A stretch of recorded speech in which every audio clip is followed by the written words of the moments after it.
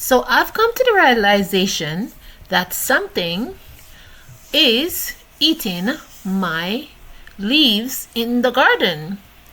I found one worm, like a green worm, and a caterpillar, I think. And that was like weeks ago, and I got rid of them. But I didn't see any holes in my leaves. Now it seems like a lot of my leaves and some of the plants have holes, so that means there is more caterpillars and green worms out there, and they're really munching on my plants. So I have to go out there and search for them and get rid of them because I don't want them to eat all my leaves and damage my plants. So let's go out there and look for them and squish them because yeah.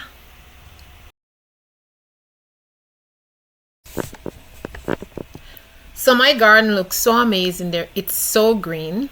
And as you can see, look, I found this one, this big one. I think it's a caterpillar or something. But sorry, you can't stay in my garden. So I had to squish it. And I found a few of them munching on my leaves. So I had to get rid of them. I'm sorry, I couldn't put them somewhere else, so they can survive. But they're going to destroy my garden. So yeah, that's the sad story of what happened to them. I had to get rid of them, but they really got to my cabbages and to a lot of the plants, my cauliflower. They got to some greens I had on the other side close to the greenhouse, and some bok choy, and a lot of the leafy greens. You can see holes in them.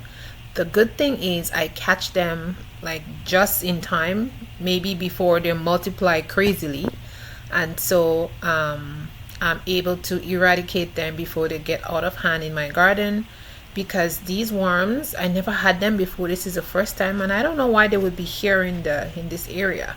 But I know they're very destructive, and once they get into your garden, it's very hard to get rid of them because they multiply and they're everywhere, and they just eat every single thing in sight.